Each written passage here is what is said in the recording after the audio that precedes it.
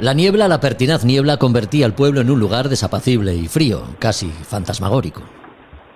Un carpintero de Ribera martilleaba sobre la tablazón y el eco de sus golpes llegaba hasta la ermita, arriba, entre los pinos que coronaban el monte, cobijo para las casas colgadas en su ladera. Un grupo de mujeres cosían las redes extendidas en la única rampa que a mediodía, si la niebla era vencida, podría estar iluminada brevemente por el sol. Algunos hombres, a bordo de sus botes, ordenaban aparejos y útiles y también pertrechos de faena. Otros se reunían frente a los pañoles, cerrados todavía a esas horas de la mañana. 3 niños armados con sacaderas y gaseartes, ganchos metálicos acoplados al extremo de una vara de madera, en cuclillas horadaban con alambres entre las grietas de los bloques que conformaban el muro del muelle. Grietas cegadas por el musgo y las algas, refugio de camarones y pequeños moluscos. Afuera, de vez en cuando, el sonido ronco de algún tifón rompía el silencio que la niebla hacía caer con la densidad del plomo sobre las casas del pueblo y su gente. El sol, perezoso de habitual, penetraba entre la espesura cuando una silueta empezó a recortarse en medio de aquel ambiente gaseoso que todo lo envolvía, acompañada rítmicamente por el chapoteo constante de 2 remos. Un chof seguido de otro y otro más la hacían avanzar. Un hombre alto y corpulento dejaba descansar su pie izquierdo sobre el extremo superior de la proa, donde la roda termina, apoyados los antebrazos en la rodilla. Su espesa barba blanca, inmaculada, y el pelo lacio y largo, también blanco, le conferían un aspecto casi celestial.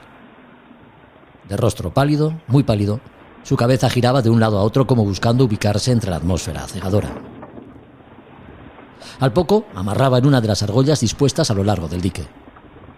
2 marineros muy jóvenes, rubios como querubines, hacían reposar los remos sobre la regala tras una maniobra que por su pulcritud parecían dominar con maestría. El hombre saltó a tierra. Su atuendo no era en absoluto noble. Ningún atributo le otorgaba distinción alguna, más bien al contrario. Un sencillo sayón cubría su cuerpo. Los pies descalzos pisaron con autoridad el brillante empedrado del suelo, mojado a perpetuidad como si estuviera cubierto por una fina lámina de cristal. Velozmente se precipitó por entre las callejuelas de aquel pueblo condenado a la penumbra de la cerrazón neblinosa.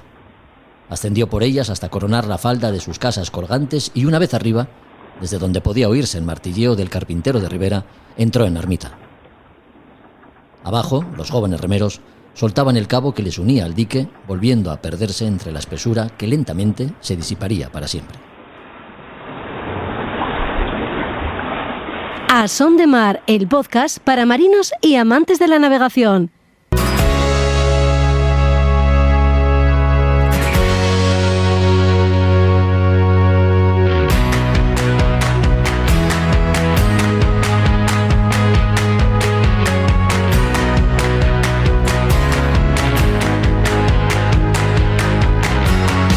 Hola a todos, ¿qué tal? Bienvenidos a otro podcast de A Son de Mar. Un capítulo que se emite en una semana casi festiva en media España y que viene muy condensado e interesante.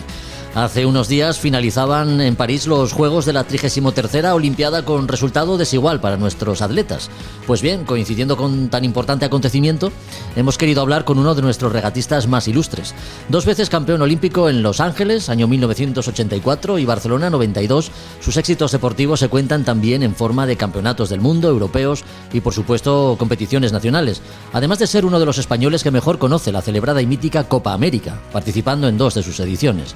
Sigue en activo, regateó en la última Copa del Rey celebrada en Mallorca, en el barco que se llevó el triunfo final, el Teatro del Sojo Altavista de Javier Banderas, hermano del actor Antonio Banderas.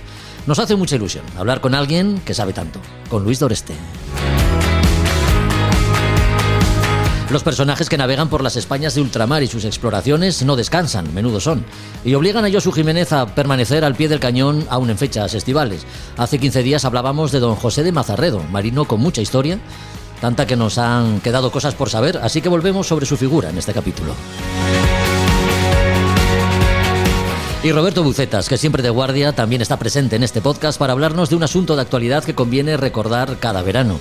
El número de barcos que salen a navegar se multiplica durante estas fechas, lo que sumado a otro tipo de embarcaciones como pueden ser motos de agua, tablas de pádel y windsurf o cualquier artefacto flotante, obliga a conocer la normativa en cuanto a tráfico marítimo, asunto sobre el que hablaremos para despedir este episodio que ya comienza, no sin antes acordarnos de quienes han visto cómo su barco quedaba varado en alguna de las playas de Formentera como consecuencia del temporal caído en esa isla, que también ha afectado considerablemente a la divisa.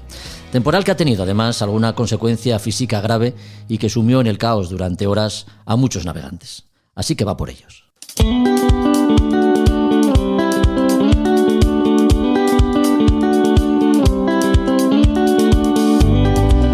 Un deporte exigente como es la vela, en el que además de una buena preparación física entran en juego otras muchas variables, como son las meteorológicas, que también han de ser bien medidas, pues requiere de grandes cualidades como atleta y como navegante.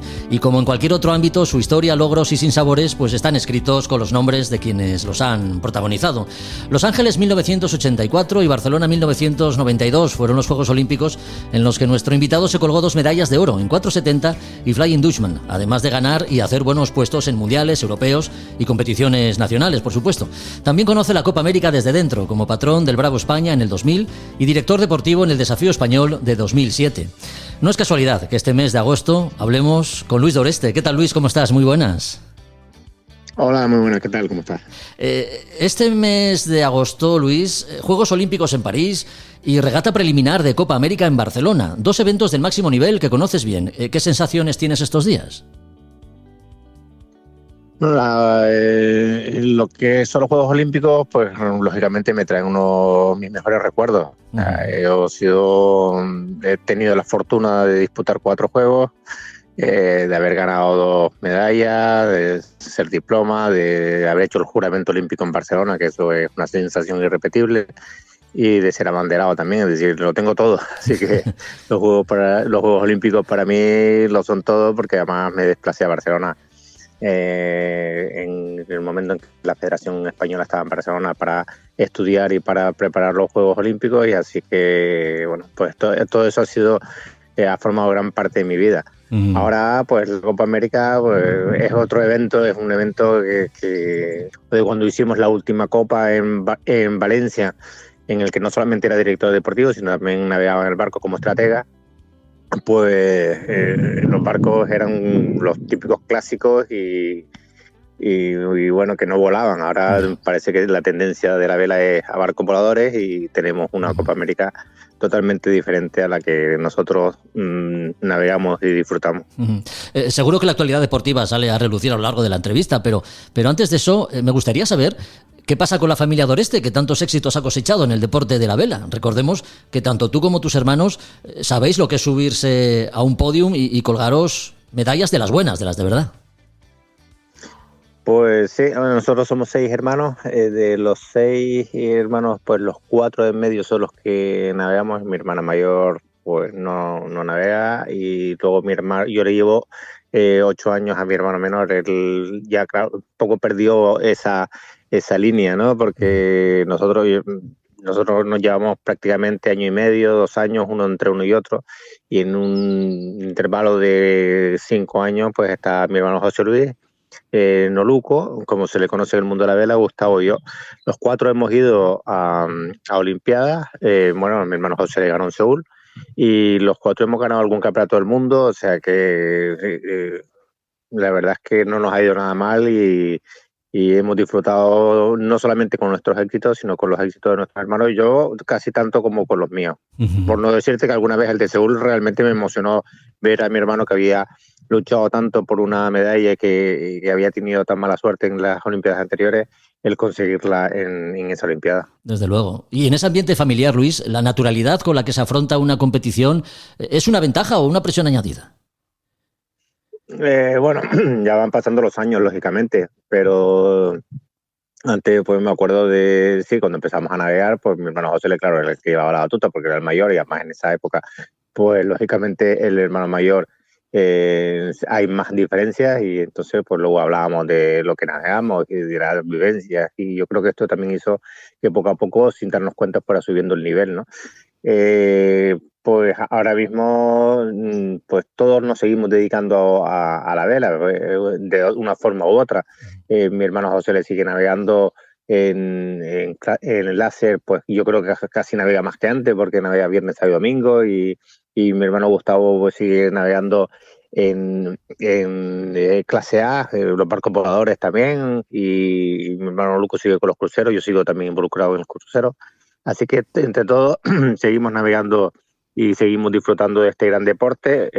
Un poco la filosofía es diferente, ya no estamos en una vela olímpica, estamos en una vela, algunos más de disfrute, como son José Luis, Gustavo y yo, quizás un poquito más en el tema más profesional, navegando no solamente con barcos españoles, sino con barcos de fuera, ingleses o italianos en competiciones de alto nivel.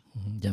Fuiste medalla de oro en las clases 470 en Los Ángeles, 1984, y en Flying Dutchman en Barcelona, 92. Aunque a primera vista las diferencias entre estos barcos son claras, ¿se hacen muy evidentes navegando? ¿Cómo son en regata, Luis? Sí. El Flying Dutchman para mí es el barco el que más me divirtió navegando. Es un barco que es muy técnico, en el que podías cambiar absolutamente todo mientras navegabas. La caída del palo, el movimiento de la orza hacia adelante, hacia atrás, ibas compaginándolo todo, la tensión de los obenques, la tensión de los bajos, es decir, todo lo tenías a la mano y ibas trimando el barco para cada condición de viento. Nosotros, de hecho, para la Olimpiada de Barcelona diseñamos una vela que se autogiraba, una orza que se autogiraba, y esto nos daba unos graditos más de ceñida, así que ahí te permitía no solamente el poder navegar en un barco, sino también el estar dándole a la cabeza todo el día, a ver cómo poder mejorar, cómo sacar ese puntito más de velocidad que el resto, y eso era fantástico. El 470 es más estático, es más... bueno, el barco este es el mismo para todos, aunque al final ningún barco es igual que el otro, pero digamos el 470 más estático y el Flying Dutchman era como un 470 más grande, pero mucho más dinámico en cuanto a trimados. La verdad es que fue una pena que lo sacaran del programa olímpico. Yeah. Y actualmente se sigue navegando muchísimo, incluso en España se hacen campeonatos de Europa del mundo y participan alrededor de 80 barcos, o sea que la clase como clase ha continuado, porque es un barcazo, vamos, para mí es el mejor que he navegado. Un gran barco. Imaginamos que cualquier medalla en unos juegos es un gozo difícilmente descriptible, y si es de oro, bueno, pues ya no nos lo podemos ni imaginar. ¿Qué medalla supo más a gloria, Luis? ¿La de Los Ángeles o la de Barcelona? Es que son cosas diferentes, es decir, como le pregunta a un padre, ¿a quién quieres más? ¿A este hijo o al otro?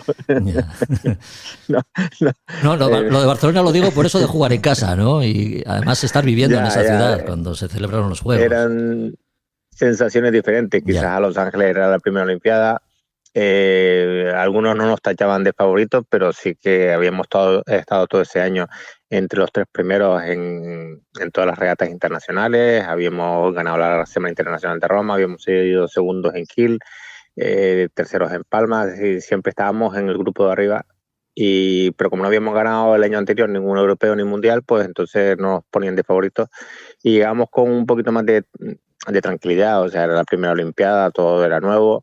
Y la de Barcelona era quizás la responsabilidad de jugar en casa, de haber hecho el juramento olímpico, de que te miraban mucho más, del tener que sacar una medalla.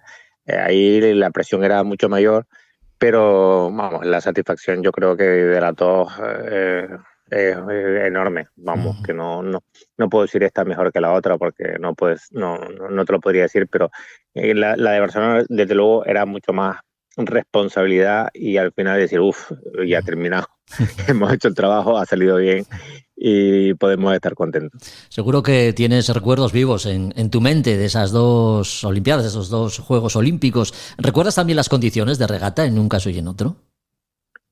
Yo me acuerdo, pero hasta de muchas regatas de Optimi. O sea, yo soy una persona horrible para las caras y los nombres. Sí. Y en cambio para las regatas me acuerdo casi incluso de las que hice en Optimi hace ya casi 50 años, ¿no? Los campeonatos de España que hacía, campeonatos del mundo.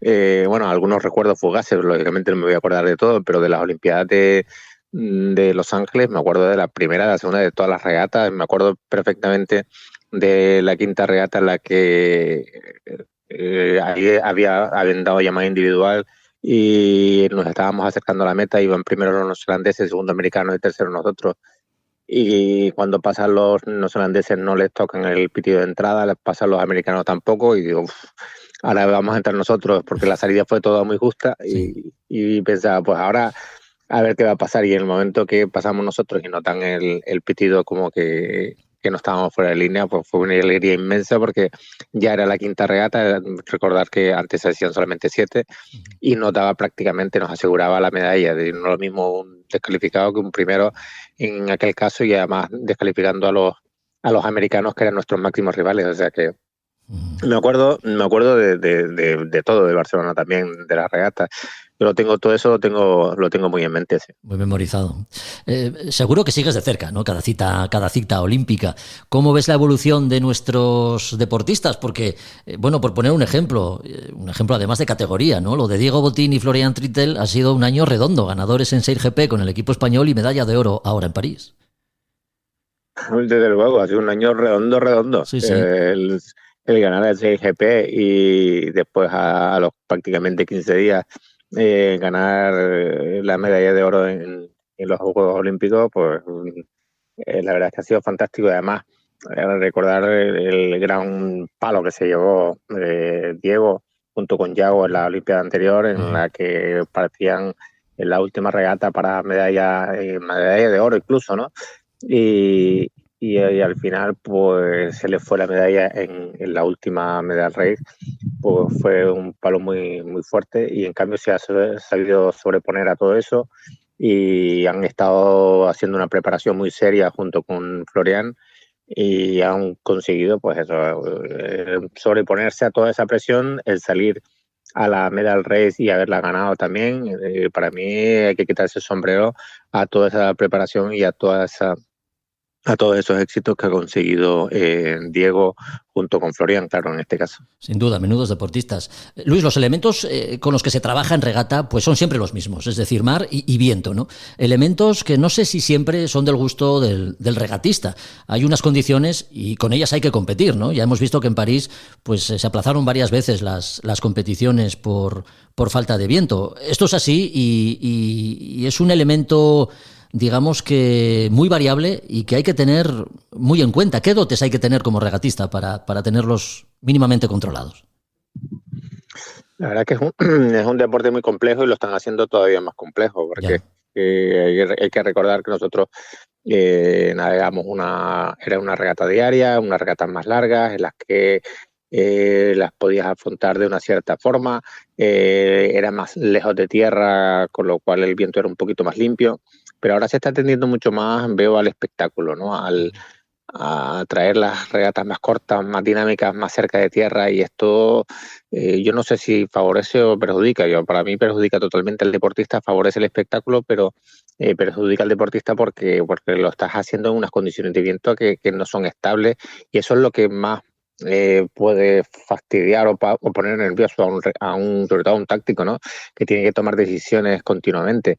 El que no tengas unas condiciones de viento más o menos estables, o que puedas, ya son difíciles de controlar, pero más o menos poder tener una cierta idea de lo que va a ocurrir, y te ponen en un campo de regata que está muy cerca de tierra, en el cual las condiciones pueden variar mucho. Para mí, no sé, esto de primar el espectáculo sobre el deportista realmente no me gusta, pero bueno, es a lo que se tiende, y bueno, y habrá que adaptarse. En cuanto a regatista, pues lógicamente es un deporte muy complejo. Me hablaba del viento, del material, pero es como casi una partida de ajedrez. Estábamos viendo las regatas en las que cada decisión depende sobre la siguiente. Hay deportes, la gran mayoría de deportes, en la que si tú te encuentras bien físicamente, pues te digo, natación, atletismo, piragüismo, no sé, sí, que le das y no hay nadie que te moleste. Es decir, tú vas y haces tu prueba, y haces tu prueba con tus condiciones. Aquí es que haces la prueba dependiendo un poco de los demás, de lo que ocurra. Si viene otro barco y te vira la prueba, te obliga a ir a otro lado, y después llegas a una boya y llegas, como le ocurrió a Chamar, que venía a babor y venía toda la flota a estribor. Pues entonces, claro, son circunstancias que no son solamente la mar y el viento, sino que es, como digo, una partida de ajedrez donde cada movimiento va a repercutir en el siguiente, y eso lo hace todavía muchísimo más complejo de lo que la gente puede pensar. Ya. Y cuando competías en alguna clase de vela ligera, digamos, ¿tenías unas condiciones ideales? Quiero decir, ¿deseabas la noche anterior a la competición un determinado campo de regatas, Luis? Bueno, sí, ahí quizás antes me lo preguntaste y no terminé de contestarte, que sí, hay regatistas que que prefieren viento fuerte, hay otros regatistas que son muy mejores con viento ligero. Nosotros un poco, dependiendo del barco, cuando navegaba con Roberto, como éramos más ligeritos, pues entre viento ligero medio nos iba muy bien. Cuando navegué con Manri en el Flying, pues casi prefería que fuera viento un poquito más fuerte, al igual que con el Soling. O sea que cada tripulación un poco se adapta o navega mejor en unas determinadas condiciones que otras. Sí, lo mejor es que puedas navegar bien en todas las condiciones, pero sí, hay unos que son especialistas en viento fuerte y otros que son más especialistas en viento ligero. Como aficionado a la vela, te lo pregunto, ¿no? Porque tu puesto como caña y patrón en la mayoría de los barcos en los que has navegado con notable éxito, como vemos, pues seguro que ha hecho que hayas visto cosas que el tripulante o los diferentes miembros de una tripulación más numerosa pues no ve, ¿no? Atendiendo a tu experiencia y según tu criterio, ¿qué cualidades ha de reunir un buen patrón? A ver si copio algo. Cuéntame. ¿Algún secreto? No, lo que pasa es que cada vez se tiende más a la especialización, ¿no? Antes, pues el patrón hacía de táctico y sobre todo en vela ligera, ¿no? Pero ahora ya se tiende un poco más a diversificar y que cada uno cumpla su función. Hay veces, hay muchos barcos en los que la táctica la lleva el tripulante. Eso me lo encontré la primera vez en el Flying. El equipo americano, el tripulante, que tiene su lógica también, porque el tripulante también está de más arriba y puede ver mejor un poco el campo de regata, y se tiende a diversificar un poco las funciones. El patrón, pues lógicamente lo que tiene que tener es mucha sensibilidad. Así como pues mucha determinación a la hora de hacer una salida. Es muy importante el patrón en las presalidas, y luego durante la navegación, pues eso, la sensibilidad en cada momento, en cada ola, en cada virada, y ir ayudando también al resto de la tripulación, porque al final un cañazo o ayudar en una riada o en una izada del espía, pues eso va a facilitar mucho el trabajo del resto de la tripulación. Cuanto al táctico, pues tener una visión general y sobre todo anticiparse a lo que va a ocurrir en el siguiente paso, lo que, como decía antes, era una jugada de ajedrez que cada movimiento repercute en el siguiente. Pues aquí el táctico lo que tiene que intentar ver este movimiento, qué es lo que va a ocurrir luego cuando esté llegando a boya, es decir, de estar bien posicionado para la siguiente situación.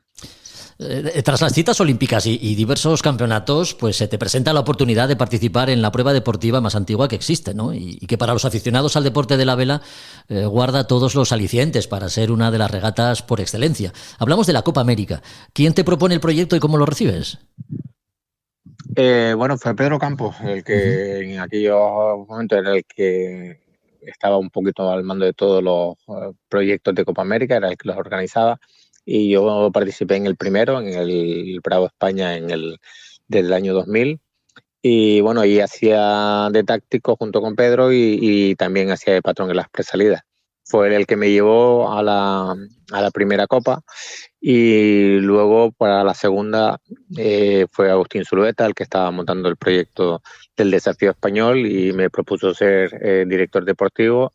Y también me proponían ser patrón, pero es que yo veía que era imposible para mí ser director deportivo y patrón, porque el patrón tenía que estar totalmente centrado en lo que decía, en estudiar al rival, en hacer las presalidas, porque allí sí que la Copa América, el salir delante del otro es muy importante, ¿no? Y yo no me veía, prefería estar centrado en una cosa. Podía hacer la función de estratega, que es el estratega dentro del barco, es el que ayuda al táctico, ¿no? El táctico es al final el que toma la decisión, pero el estratega es el que va hablando con el táctico, diciendo qué es lo que va a ocurrir más allá. Ya. Y me veía más en esa función en director deportivo. Entonces, en la siguiente Copa América, aunque estaba metido en el equipo italiano del Prada, al salir el proyecto de Copa América, y les dije a los de Prada que bueno, mi corazón estaba con el equipo español y tenía que irme al equipo español, así que bueno, ellos lo entendieron perfectamente. También durante el tiempo que estuve con el Prada decidí, porque ya estaba la idea del equipo español, decidí no participar en ninguna reunión de rendimiento, de performance, porque claro, no me parecía lógico entrar en una reunión que luego yo me fuera a otro equipo, ¿no? Entonces solamente navegaba con ellos y estaba entrenando con ellos, pero desde el momento que salió lo del equipo español, pues lógicamente me fui ahí con la llamada de Agustín Zulueta. Patrón en el año 2000 y, como decimos, repites tu experiencia en 2007 como director técnico del Desafío Español. Dos puestos bien diferentes. ¿Cómo viviste una y otra edición, Luis? Bueno, la primera fue una experiencia, fue llegar allí, realmente el equipo habíamos estado entrenando en Valencia, pero realmente habían cosas que se nos escapaban de las manos. La Copa América es muy compleja y éramos, dentro de todo aquello, no éramos un equipo grande, no teníamos un presupuesto enorme y la verdad es que yo aprendí muchísimo allí, pues con los diseñadores, ya se estaba poniendo ya las que ya tenían las alas típicas estas que luego también se vieron en Valencia, el diseño del barco, o sea, el tipo de maniobra. Fue toda una experiencia muy bonita. Luego la de Valencia fue mucho más, también ocurrió un poco como con la Olimpiada de Barcelona, ¿no? Mucho más estresante. La Copa era en España, teníamos que sacar un buen resultado, teníamos bastante presión y había muchísimos equipos y el nivel de la Copa América de Valencia yo creo que ha sido de lo mejor que ha habido en los últimos años. Luego ya se ha pasado a los barcos voladores y ya ha sido diferente, pero aquella fue la última Copa en la que además había un muy buen ambiente en Valencia y teníamos que dar un buen resultado, con lo cual, bueno, había mucho más presión y además yo estaba al mando de 34 tripulantes y tenía que decidir cada día la tripulación que se iba a montar, con lo cual también había muchos, no solamente eran españoles, sino también habían americanos, neozelandeses y de otros países y había algunos que tenían, claro, en todos estos grandes equipos, pues su propio ego y había que estar luchando contra estos egos para poder al final montar la mejor tripulación y yo creo que el resultado final fue fantástico, perdiendo en las semifinales contra Nueva Zelanda por 5-2 y al final los neozelandeses ganaron la final a Prada por 5-0, o sea que nosotros les dimos guerra y ya con ese trabajo yo creo que todos los del equipo quedamos realmente satisfechos, aunque no, lógicamente no ganamos la Copa porque tampoco teníamos el presupuesto para ganar la Copa, pero hicimos un trabajo muy bueno. Hay que ver cuánto conocimiento hay que tener y qué capacidad de liderazgo. Seguro que las diferencias entre el Bravo España y el Desafío Español, atendiendo a la evolución de la tecnología, lógicamente, y que tanto cuentan este tipo de competiciones, pues me imagino que fueron muchas, ¿no? Sí, además en Valencia ahí sí que teníamos un equipo de diseñadores, allí hacíamos reuniones, yo hacía 5 reuniones diarias, desde por la mañana, después en Navidad, después había que ir al gimnasio, había que compaginar el gimnasio, las reuniones, la navegación en el agua, luego reuniones de rendimiento para ver en qué se podía mejorar, los pequeños detalles, tuvimos 2 barcos con los que poder entrenar, es decir, ahí la evolución fue muy muy grande y ahí también pues lógicamente aprendí mucho, conocí a mucha gente del tema del diseño y todas estas experiencias pues te sirven para ir creciendo, ¿no? en este mundo. Uh-huh. Al final te quedas con la experiencia, con la gente que conoces, porque claro, aquí conoces en este mundo, pues, como todo, ¿no? Gente fantástica, no solamente deportivamente, sino humanamente, que al final es lo que te queda. Bueno, al final la persona es lo que guardas a lo largo de todos estos años. Bueno, como saben nuestros oyentes, si hablamos de Copa América es porque Barcelona acoge esta competición y porque este mes se celebra la regata preliminar de la que saldrá el barco que se medirá al actual poseedor de la Copa de las 100 Guineas, ¿no? El equipo Emirates Team New Zealand. Si las diferencias entre los barcos que representaron a España ya eran muchas, Luis, pues entiendo que las diferencias entre esos barcos monocasco y los actuales AC-75 voladores, pues no hay comparación posible, quiero decir, las diferencias son tantas. No, es que es otro deporte, Claro, sencillamente. sí, O sí. sea, el barco que ganamos nosotros y el que navegan ahora es otro deporte. La vela, como dije antes, ha ido evolucionando al foil, que los barcos sean voladores. De hecho, estamos viendo ahora que, por ejemplo, la Olimpiada de París, de las 10 clases olímpicas, 5 eran voladoras, ya eran con foils. Uh-huh. La evolución ha sido muy rápida. Es otra forma de navegar. Aquí los recorridos son mucho más cortos, más regatas diarias y lo que se trata es un poco de espectáculo, ¿no? En el caso del barco, tienes que intentar que el barco esté volando el máximo. Cuando hablo de volando es que el barco esté sobre los foils. Desde el momento que el casco toca agua, el rozamiento que produce y la pérdida de velocidad es enorme. Así que la técnica principal, lo primero que se tienen que concentrar es que el barco esté el 100% del tiempo foileando, ¿no? Así que es otra historia, es otra filosofía completamente diferente. Los barcos ahora mismo son, al igual que ocurrían en la Copa América nuestra, pues cada país, no cada país, cada desafío, porque puede haber más de un desafío por país. Pueden ser, son diferentes de hecho, y ahí los estamos viendo ahora en Barcelona. Yo de hecho voy a ser de comentarista para un equipo americano, para American Magic, de las regatas, y hay que entender un poco cómo funcionan estos barcos, en los que además de la Copa América, que nosotros íbamos 17 tripulantes en el barco, ahora van solamente 8, y de esos 8, 4 de ellos son ciclistas que tienen que ir cargando la energía de la batería para poder trabajar con los foils y para poder hacer el trimado. Es decir, todo es completamente diferente a lo que navegamos nosotros. Sí. ¿Y qué opinión te merecen estos barcos? Ya lo dije antes, otro deporte, otro es impresionante, o sea, las velocidades que alcanzan, el nivel de tecnicismo que tiene que haber, el hecho de que tengas que estar puleando todo el rato, bueno, si lo comparamos con la vela clásica que nosotros vivimos en nuestra época y que yo sigo viviendo actualmente, es otra cosa completamente diferente. No puedo decir que sea ni mejor ni peor, es hacia donde evoluciona una parte de la vela, porque me imagino que ya hay mucha gente que no está capacitada tampoco para poder navegar en estos barcos que foilean, porque van muy rápido y además son peligrosos.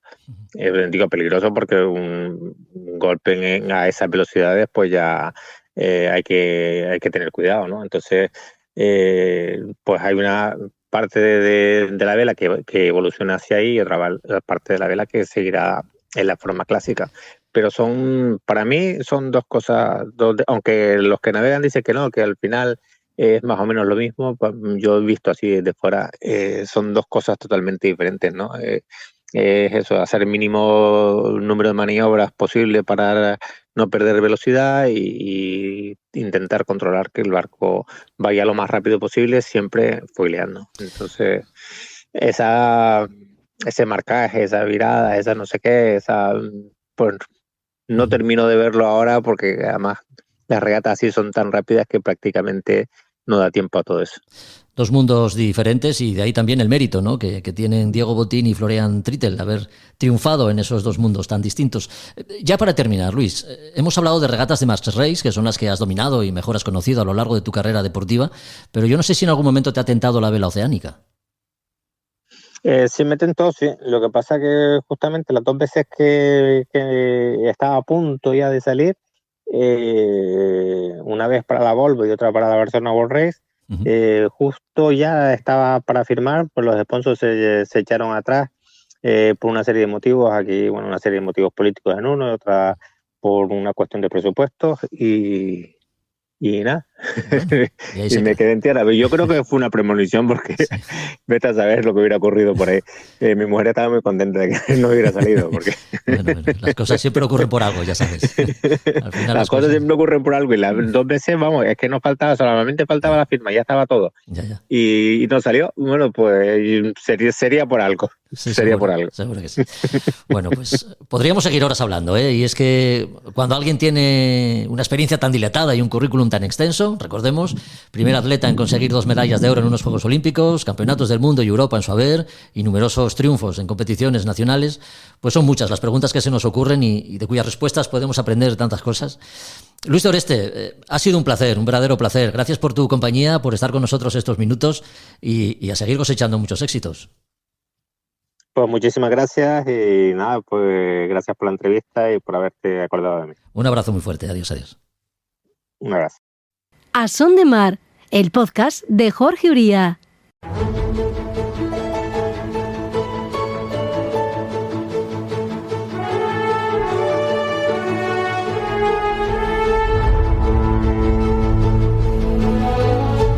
sintonía que hace soplar los vientos propicios que nos llevan por las Españas de ultramar y sus exploraciones para conocer grandes personajes de nuestra historia naval. En el anterior capítulo conocimos a don José de Mazarredo, marino, estratega y científico. Son tantos logros los que consiguió que nos ha quedado mucho por conocer, así que hoy volvemos a centrarnos en su vida y milagros. Bueno, casi milagros. ¿Qué tal, Josu? ¿Cómo estás? Muy buenas. Muy buenas a todos. Aquí estamos bien con señor Mazarredo, con nuestro almirante. Pues vamos con él, cuéntanos.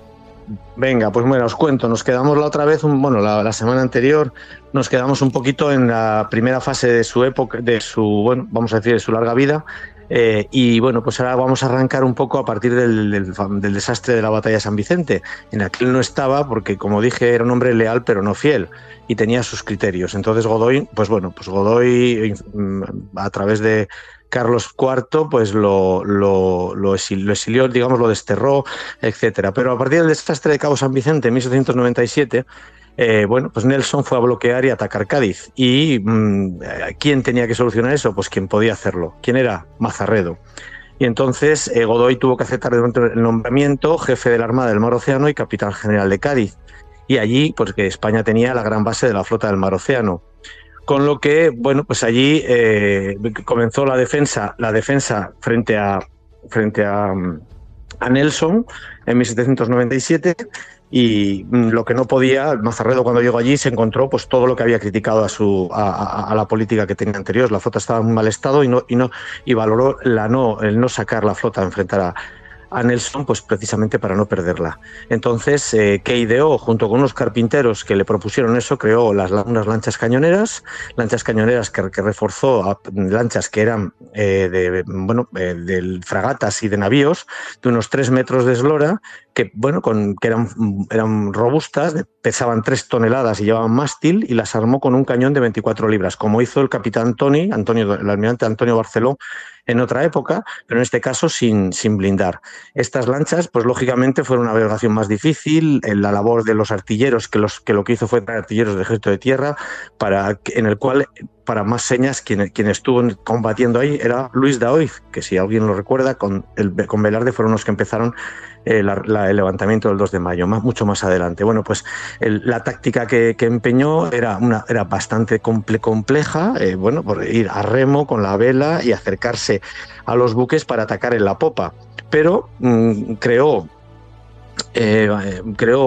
unas cuantas divisiones, unas 6 divisiones con 24 lanchas cada una, y entre el 3 y el 5 de julio de 1797 repelieron con éxito, barriendo de popa a proa los navíos que se acercaban, obligando a Nelson a tener que retirarse a bastante distancia. Con lo que entonces, leyendo incluso la correspondencia de Nelson, dijo que pues aquello era un mal negocio, y entonces dijo, pues me voy a atacar Tenerife. Si lo recordáis, aquí ya no está Mazarredo, pero en Tenerife fueron rechazados, y éramos nosotros, si no eran los britanos, y fue herido en el brazo y se le atendió. Quizás si hubiese sido al revés no hubiera sido así. Quizá deberíamos no haberle atendido y ser como ellos. Igual ahora pues el señor Nelson no hubiese llegado a tierra malherido. Pero en fin, esto ya es otra historia. El caso es que los echó de Cádiz y con esas fragatas, y en principio, pues con eso venció y aminoró la derrota tan inútil que fue en el Cabo San Vicente.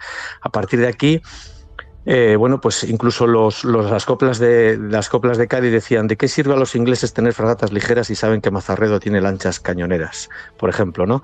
Cosas como estas. Entonces, de ahí, no solo, incluso él era un hombre humilde, y lo que hizo fue premiar públicamente con varias pensiones a los carpinteros que le propusieron construir las lanchas, en vez de quedarse él con la idea como si fuese sido propia, ¿no? Para que veamos un poco la calidad de este hombre. El siguiente momento clave, digamos que está 2 años después, cuando tenía la flota combinada hispano-francesa en Brest, en 1799. Con el asedio de la flota inglesa. Pues ahí Napoleón, que ya era primer cónsul, quería que esa flota hispano-francesa atacara Malta y se dirigiera a Egipto. Eso le interesaba, como pasa ahora en la geopolítica, al imperio, en este caso francés, pero a España no. Pues en este caso Mazarredo resistió las propuestas de Bonaparte y propuso que se empezara por liberar Menorca, cosa que en 1802 se hizo, ¿no? Y después que fueran a Malta. Tan duro fue aquello que al final Mazarredo fue destituido por Carlos IV IV, a petición de Napoleón, por la firmeza en la defensa de la posición española. No sé si os suena también que cómo se repite esta historia en España, que siempre, acabamos con nuestros buenos y defendemos a lo de fuera. Entonces aquí, se vio también la debilidad mostrada por Carlos IV ante Bonaparte. Mazarredo tuvo que retirarse y, visto lo visto, pues se negó a ceder, y al final pues Mazarredo acabó en el ostracismo por parte de la monarquía y de Godoy en este caso. Al final pidió su separación y se marchó a Bilbao en 1802. En 1804 hubo una revolución, en este caso en Bilbao, que se llamó la Zamacolada, que quizá nadie la conozca fuera de por allí, en el cual pues también él lo que intentaba era defender el puerto de Bilbao frente a otros puertos, y también esto fue un pretexto para desterrarle a Santoña y después a Pamplona. Este hombre era un hombre que tenía la visión del bien para la armada y con ello para el reino y la corona, cosa que los propios de la corona no lo tenían. Esto lo que llevó, pues que cuando volvió a Bilbao, le sorprendió el movimiento de la independencia contra la invasión francesa. ¿Qué pasó? Pues que un poco antes, estoy hablando ahora, en 1807, Napoleón, que sabía de él y que lo tuvo enfrente, conocía su valía, lo atrajo hacia él, y Mazarredo se equivocó se equivocó y aceptó ir a Bayona con la familia de los Borbones para, ya que era lo inevitable, al menos pues defender de alguna manera todos los logros y todo el valor del Imperio español.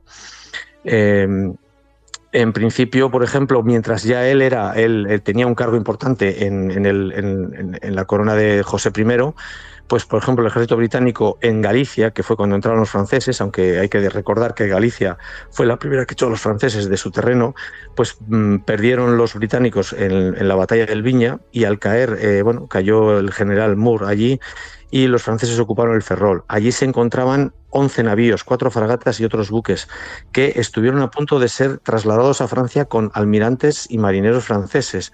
Mazarredo acudió allí de forma urgente y evitó, a costa de enfrentarse de nuevo de la misma manera, que esos barcos saliesen para Francia, con lo que volvió a defender un poco la Armada española, creyendo él y con la lealtad a sus principios desde la monarquía de José I. A partir de ahí, él no tuvo el desastre un poco de, pues para todos los que llamaron afrancesados de forma general, porque él murió en un ataque de gota en Madrid, en 1809, si no recuerdo mal. Con esto defendió en este caso Cádiz y los intereses geopolíticos de España en Brest frente a Napoleón, es decir, se enfrentó a todo el que se enfrentaba contra España, a pesar de los dirigentes en cada momento, como Godoy, Carlos IV, etcétera. Y mucho más tarde fue reconocido todo este servicio por parte de la Armada Española y por parte un poco de los que de esta época conocen, ¿no? No se conoce mucho a Mazarredo, quizá en Bilbao sí, porque es hijo de la ciudad, pero es uno de los grandes, junto con Antonio Barceló, junto con Blas de Lezo. Cada uno, este hombre no estuvo tuvo batallas, se enfrentó, fue bravo, fue científico, fue pedagogo y docente, y además tenía un concepto de la estrategia y de los intereses del país con una visión siempre a lo lejos, sobre todo por su fidelidad y más bien por su lealtad. Y entonces, esta es la historia muy cortita de este gran hombre, que tiene en la calle Correo de Bilbao su casa natal con un gran escudo del almirante. Y esto es un poco la historia de nuestro almirante. Historia cortita, ¿no?, que nos ha llevado 2 capítulos. Menuda figura la de don José de Mazarredo. Entre sus muchas hazañas, protagonizó y creó las lanchas cañoneras con las que consiguió abrir el bloqueo al que Nelson había sometido a Cádiz en 1797. Ahí es nada. Pues muchas gracias, Josu, por acompañarnos, por arrojar luz sobre la figura de José de Mazarredo, la misma luz que seguro arrojarás en el próximo capítulo sobre otro personaje, otro de nuestros grandes de la historia naval. Pues sí, eso sí, como veis, suele salir siempre mal parada esta dinastía nuestra, pero a ver si algún día mejora o deja paso a otros. A ver si algún día nuestras mejores En fin. noticias. Sí, pero bueno, pues nada, hasta la siguiente, que veremos qué personaje traemos. Pues hasta la También siguiente. interesante. Un abrazo fuerte. Venga, hasta luego. A Son de Mar, el podcast para marinos y amantes de la navegación.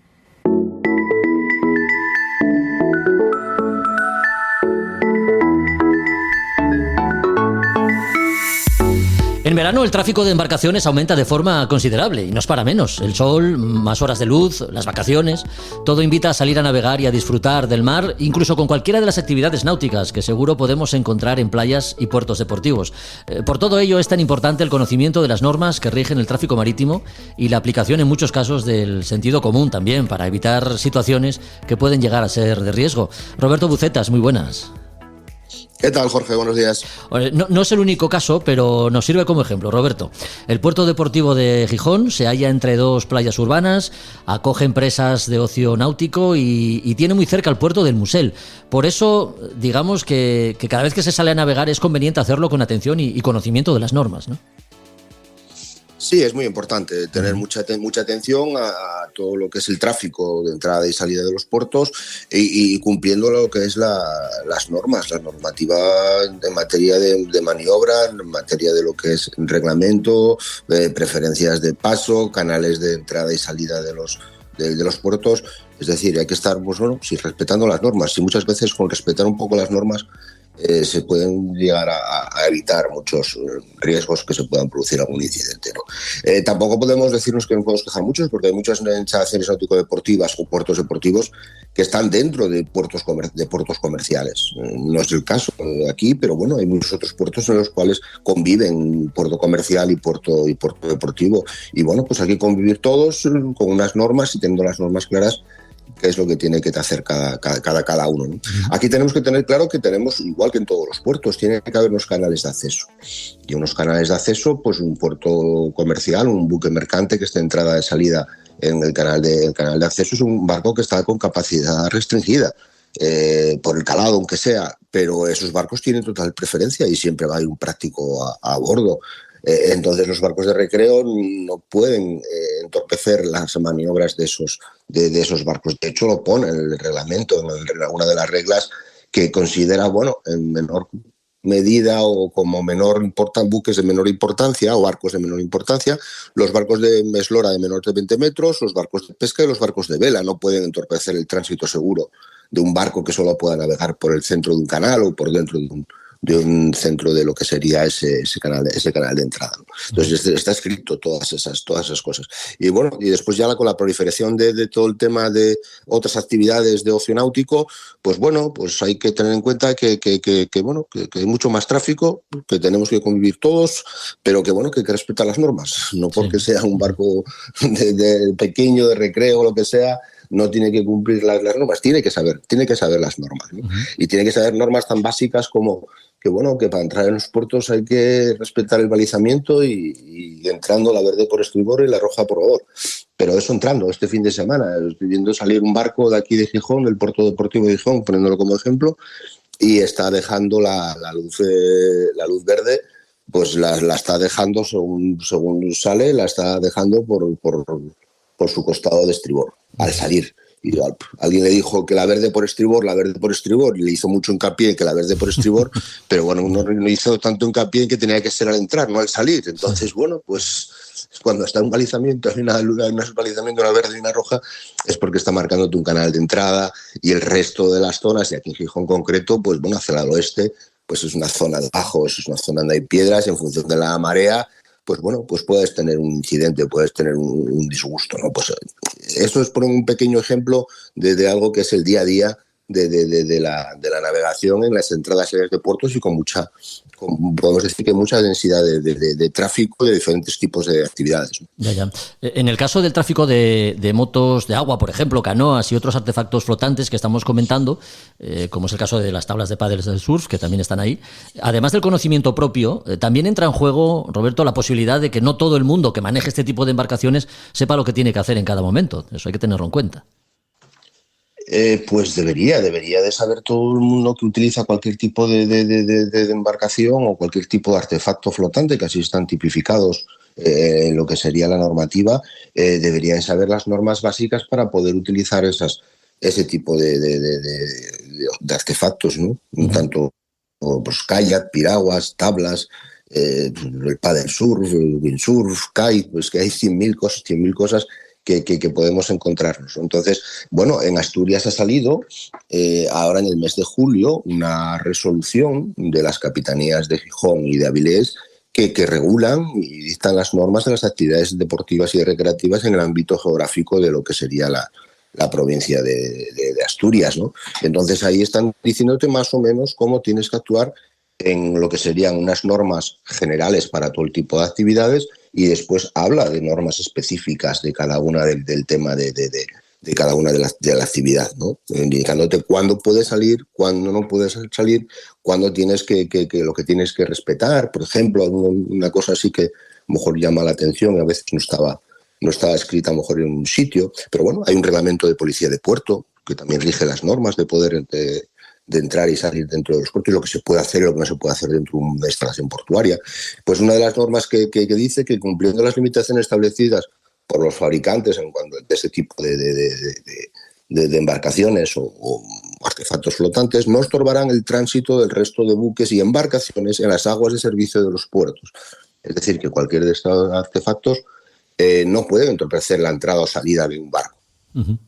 Es decir, no tienen preferencia, por decir una de las cuantas cosas que suelen ver. Hay que respetar la zona de baños, de los 200 metros de las playas, los 50 metros al resto de la costa. Establece unos límites en cuanto a lo que sería condiciones meteorológicas en las cuales pueden salir. No pueden salir con cualquier condición meteorológica.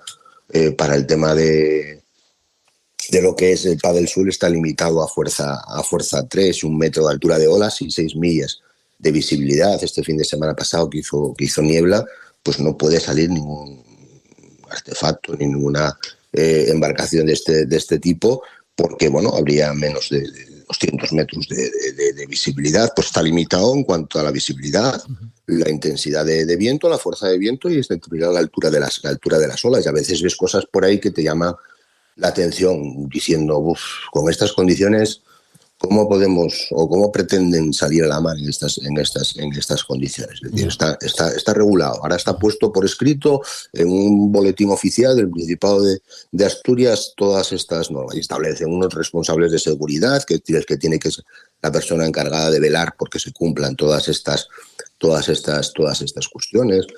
Los paddle están obligados a llevar chalecos salvavidas. Es decir, bueno, pone disponibilidad inmediata. Sí. Tiene que tener un chaleco de disponibilidad inmediata. Pues en el paddle surf, pues no sé por qué pusieron que tiene que disponibilidad inmediata. No pongas una percha o... No sé cómo vas a llevar el chaleco salvavidas de disponibilidad inmediata sin llevarlo puesto. Sí, no entiendo, pero bueno, te lo pone de disponibilidad inmediata. Es decir, tienes que llevar un paddle surf con un chaleco salvavidas. Cosa que a veces ves navegando por aquí, por la bahía de Gijón, muchas veces paddle surf, y ves, pues bueno, que estamos un poco de fiesta con un paddle surf. Pues la mar hay que tenerle respeto. No tienes que salir con miedo a la mar nunca, pero sí tienes que tenerle mucho respeto, porque cualquier despiste, cualquier problema, cualquier cambio meteorológico súbito, repentino, podemos tener un disgusto, podemos tener un problema, y hay que evitarlo en toda costa. Bueno, y muchas veces es por desconocimiento. No conocemos el medio, no conocemos las normas, pues lo hacemos de todo. Pues ya sabes que uno de los principios del derecho es que el desconocimiento de una norma no te incumple, no te evita de su cumplimiento, no te exime de su cumplimiento, ¿no? Pues eso, pues aquí pasa lo mismo. Es decir, las normas están ahí, están escritas, sí. No hace falta ir muy allá. Y cuando se escriben es por algo. Está claro. Si no pasa nada, nadie escribe una norma. Las normas y los convenios, ya hablamos muchas veces, los convenios internacionales se suelen escribir cuando hay algún tipo de problema. La última normativa al respecto que deroga esta resolución de las capitanías marítimas era un bando que estaba publicado en el año 2002. pues el 2002 al 2024 pues han pasado 22 años. Y es decir, que bueno, ahora cuando se publica, pues que hay muchas cosas. Ya ha evolucionado mucho el tema de actividades náuticas y el tema de lo que sería, pues bueno, todas estas cuestiones, ¿no? Pues bueno, está bien que esté puesto por escrito porque sabe todo el mundo a lo que se tiene que tener, ¿no? Sí, hacemos mucho hincapié en el conocimiento de las normas que se inscriben en el ámbito de una legislación a nivel nacional, pero por lo que nos dices, también a nivel autonómico, ¿no? Porque entiendo que cada comunidad tendrá sus propias peculiaridades, claro. Sí, el agua en la competencia de sus aguas de jurisdicción, que en este caso sería la provincia marítima de Asturias, pues tienen sus competencias, y lo que hacen más que nada es poner por escrito o glosar y condensar toda la normativa nacional, pues la ponen a nivel en este caso autonómico, ¿no? Entonces, bueno, pues tenerlo claro todo junto, porque está sacado de muchas otras reales decretos, resoluciones y otra normativa, y se pone todo por escrito y tiene su competencia porque, bueno, ellos van a tener, en el caso de algún tipo de actividades, hay que tener una solicitud y pedir una autorización para realizar muchas actividades y ellos son los competentes. Entonces, bueno, pues te ponen ahí, pues ahí esta es la normativa, esta es la normativa que tienes que cumplir. Pero bueno, esto es extrapolable a otras comunidades autónomas, a otros puertos, a otros lugares. Habría que leer, pues bueno, localmente cuáles son las normas que rigen, porque bueno, también todas esas instalaciones están muchas veces en instalaciones dependientes de autoridades portuarias, y las autoridades portuarias son las que dan también autorizaciones para realizar muchas actividades. Entonces, bueno, pues hay que ver qué normativa tiene regulada o implementada en esa zona, en ese lugar, pues la Capitanía Marítima y la autoridad portuaria, que son los organismos competentes. O el Costa, si está mejor la instalación o la actividad se realiza desde una playa, también tendría competencias en cuanto a esa actividad. Pero bueno, básicamente Capitanía Marítima y autoridades portuarias son las que tienen. La autoridad portuaria autoriza hacer una determinada actividad con el visto bueno y el informe favorable de seguridad de la Capitanía Marítima correspondiente. Así todo, como sabemos y decimos tantas veces, el sentido común juega un papel fundamental, ¿no? Por lo menos para llegar, si me apuras, donde no llega la legislación, que a veces puede ocurrir. Sí, está claro. Y además, mira, hoy, por ejemplo, hoy es el día de los fuegos, puede ser que sea el día, la noche, donde más barcos y embarcaciones de recreo salgan a la mar a ver los fuegos. Pues bueno, pues es un día complicado. Es un día complicado porque, bueno, pues todo el mundo a lo mejor le apetece, o alguien le contó que ver los fuegos fondeados en la playa o desde la mar, pues se ve mucho mejor que desde tierra. Pero si acabas de sacar una titulación náutica, tienes la opción de coger un barco y salir a la mar y es la primera vez que lo haces, pues el mejor día no es el día de los fuegos para salir a la mar con una embarcación y unos amigos. Está porque, claro. bueno, el riesgo que puedes correr es muy grande. Pues tendrás que tener una pequeña experiencia previamente, pues oye, otros días, y poco a poco ir cogiéndote y ir soltándote, ¿no? Es una cuestión de que porque tengo el título, tengo el barco, tengo que salir a ver los fuegos con 4 amigos y es la primera vez que salgo. No sería lo más recomendable. Yo no se lo recomendaría. Está claro. Bueno, en verano todos queremos disfrutar, olvidar por unos días las obligaciones cotidianas, rompiendo con ello la rutina, ¿no? Sin duda la mar ofrece muchas posibilidades de hacerlo, pero recordemos que no estamos en nuestro medio, que podemos correr algún riesgo y que por eso es tan importante conocer las normas y aplicar, como decimos, el sentido común. Pues de ello hemos hablado con Roberto Bucetas. Roberto, te agradecemos mucho tu compañía una vez más y ya sabes, te invitamos al siguiente capítulo. Pues gracias a vosotros y bueno, espero haber aportado algo que pueda ser interesante para los oyentes. Seguro que gracias, sí. Un fuerte abrazo. Un abrazo. Adiós, adiós.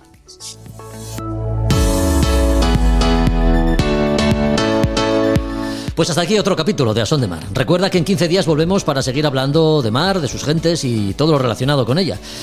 Puedes seguirnos en Instagram como Podcast A Son de Mar y en Facebook como A Son de Mar Podcast. Hasta el próximo capítulo. Adiós.